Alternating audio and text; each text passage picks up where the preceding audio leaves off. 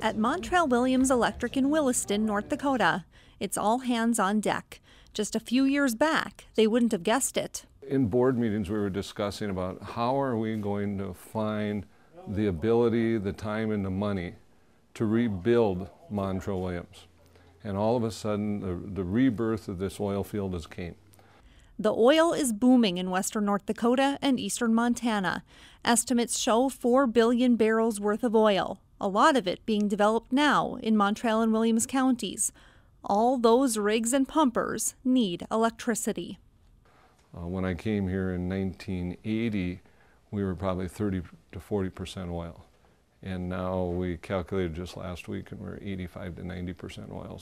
Mountrail-Williams General Manager Dale Haugen says the good news is the oil companies are paying for the new distribution line being built to the oil rigs and pumpers. The green lines on our dispatch board is lines that we've already went out and totally tore down and replaced. We've constructed it for a 25 kV system, but because of the time frame and everything else, we've energized it and we're still operating it as a 15 kV system. The black lines are the lines that we've already converted from the 15 kV to the 25 kV.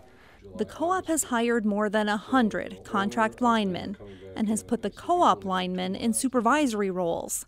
On average, they're stringing about 3 miles of line a day. That kind of a combat brigade put together, we're going to go out and fight that battle hard and furious, as hard as we can. One newer concept that's making life a little easier for Mountrail-Williams is what's called an E-pad. Here there's one driller that will drill 3 holes. At each of those holes will be 2 horizontal wells. There will only be 3 pumpers here, but the equivalent of 6 wells on one site. That means Mountrail-Williams only needs to get 1 line onto the site.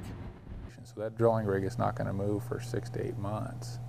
And what we're doing now is we're getting power laid in initially because there's basically a small city there. There's people that live there 24/7.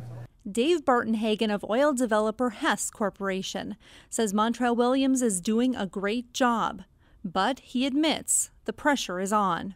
As busy as we think we are, other companies are as busy or busier, and they're all going to the same rural cooperative saying we need electricity, we need electricity, we need electricity, we need electricity.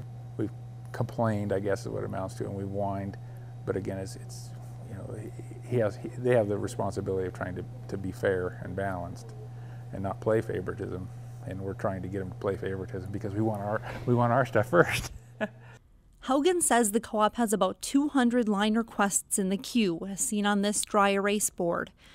Is Haugen worried that the oil company interests are going to take over their co-op?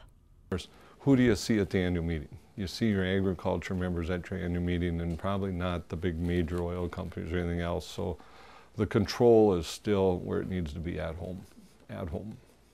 It was the 1950s when the first oil was pumped out of Mountrail-Williams area. Haugen says the newest pumpers will also need electricity for years to come. At Mountrail-Williams Electric, I'm Tracy Bettenhausen for Basin Electric.